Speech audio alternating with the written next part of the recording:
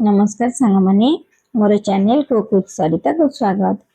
आज आम बनइबा ओडिया स्टाइल खट्टा मिठा बरकोली आचार। यह खावाई खूब टेस्ट आउ वर्ष वर्ष धरी स्टोर करके खाई पारिबे। तेबे चलंतु आज रेसिपी स्टार्ट करबा। ए रेसिपी करया पई एठी मु 800 ग्राम रो बरकोली नेइची। ताको धोईकी भल कि सफा कला परे तार डेंफा सब छड़ी नेइची। एबे ता देहरे परिमाण मुताबक लुण दे नउची। लुण देला परे ताको गोलेकी कवर करिकी गोटे दिन पई रेस्ट करिया को छाडी देबी। देखंतु गोटे दिन परे लुण सब मेल्ट हो जाईची। एबे गोटे कुल्ला रे पॉलिथीन बिछे नेइची। से कुल्ला रे सब कोली को देई नेबी। कोली को देला परे ताको खरा रे सुखै नेबी। खरा रे मिनिमम 2-3 दिन सुखै नेबी। देखंतु एबे 2 दिन परे कोली केते बढ़िया भाबरे सुखी जाईची। आठु बेसी सुखेले कोली हार्ड हे जिवो, आचार भलो हेबनी। एबे गोटे जगह रे मु 250 ग्राम नो तेंतुली नेइची। तेंतुली रे पानी देई नउची। देखंतु ताटे पाखे पाखे पानी देई नेइची। तेंतुली भिजीबा को छाडी देबी। तेंतुली भिजी गला परे ताको चकटी के देखंतु गोटे छना साहाय्य रे ताको छाणी नेइची से मंडोटा को।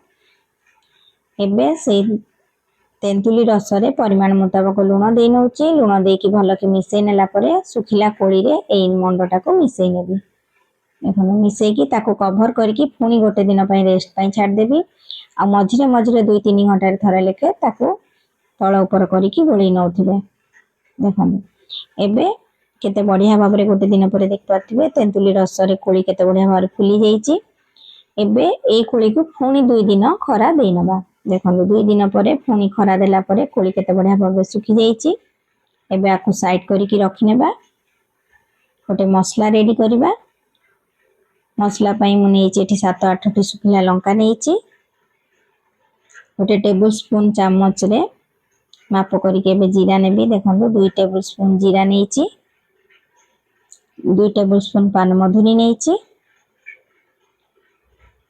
गोटे टेबल स्पून टिके कम मेथी नेइची। मेथी बेसी हेले पिता हे जिवो से पे मेथीटा कम देबे। देखंतु आउ एठी 800 ग्राम कोली पई मु 400 ग्राम रो गुड़ नेइची। मिठाटा आपण को टेस्ट अकॉर्डिंग कम बेसी कर परिबे।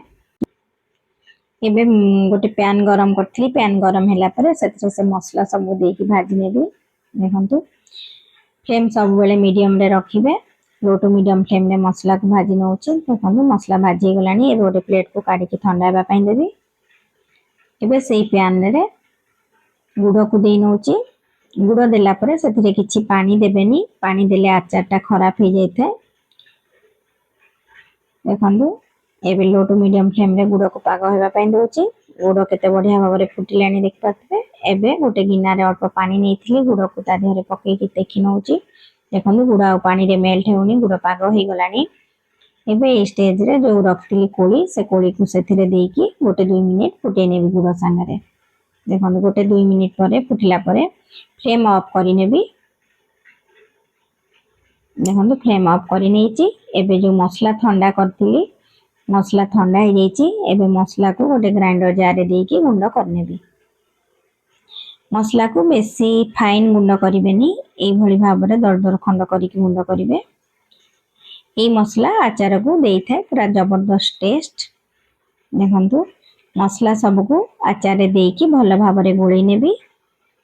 गोळी नेला परे आचार को पूरा भल की ठंडा हेबा पई देबी। ठंडा हैला परे काच बोतल रे आचार को पुरेकी 2-3 दिन खरा रे आउ देई नेबी। एबे हमर खट्टा मिठा बरकोली आचार पूरा प्रस्तुत हो जाईची भात रोटी सहित खाइबा पई। जेहेतु ए आचार रे तेंतुली दिया जाईची। तेंतुली देवा द्वारा आचार सेल्फ लाइफ टा बढ़ी जायथे।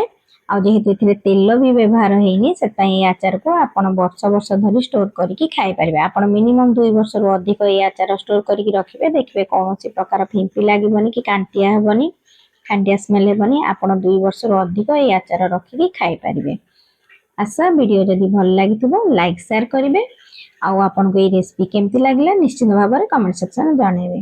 चैनल नुआ थिले चैनल सब्सक्राइब करिया पई भूलिबेनी। रहिली पुनी आसबे को नुआ रेसिपी सहित। नमस्कार।